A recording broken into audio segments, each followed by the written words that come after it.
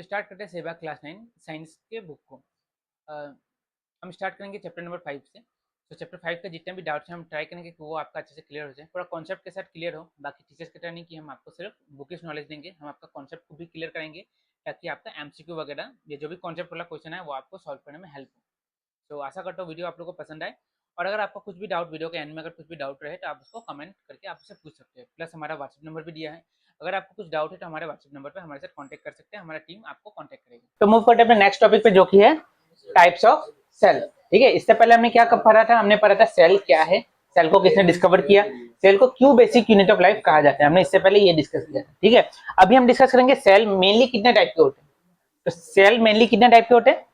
दो टाइप के, यूनिसेलुलर और मल्टीसेलुलर। ठीक है, अच्छा यूनि का मतलब क्या होता है? इसमें देखो ये जो पार्ट है इसका तो मतलब हो गया सेल, और एक पार्ट मिला यहाँ पे यूनि।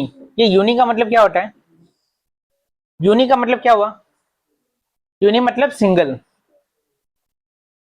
यहां भी वैसे सेल का मतलब तो सेल हो गया सिंपल, और ये मल्टी का मतलब क्या हो गया?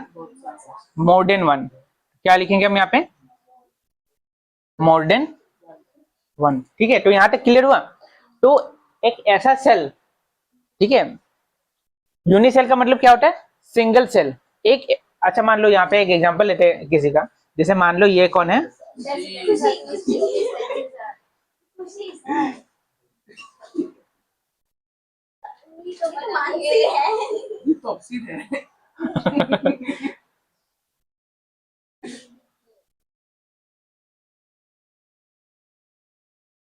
तो टॉप सेट बनाता है, उसका चूल छोटा है, ठीक है, और नाक ठीक है,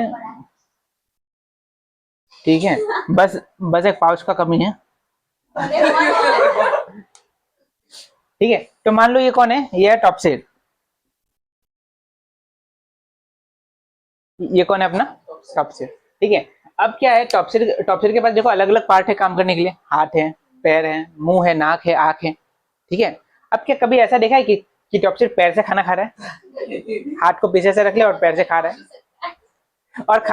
और खाना मुंह में डालने का जगह कान में ऐसे ऐसे करके खा रहा है, या खुशी को ऐसे आंख से देखने का जगह ऐसे कान से देख रहा है।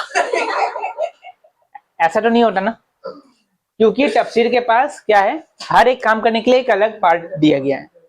हाथ दिया है कुछ पकड़ने के लिए, ठीक है, कुछ उठाने के लिए, पैर दिया है चलने के लिए, पेट दिया है खाने को डाइजेस्ट करने के लिए। ठीक है, तीन उंगली पे फोकस मत करो, यहाँ पे देखो। आंख दिया है देखने के लिए, कान दिया है सुनने के लिए, नाक दिया है सूंघने के लिए, मुंह दिया है खाने के लिए, और कान नहीं है ना। ठीक है, अब हो गया कान। तो अभी देखो, तो इसका हर अलग अलग पार्ट है। देखो यहाँ पे देखो, इसका हर अलग अलग पार्ट है काम करने के लिए।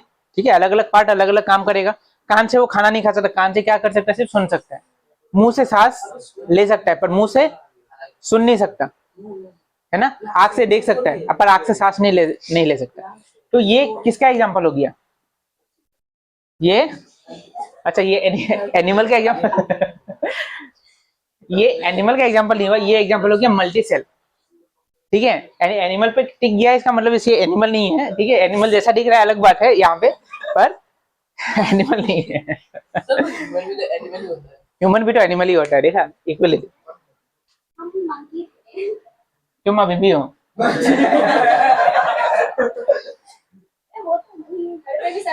एक नंबर की बंदर है।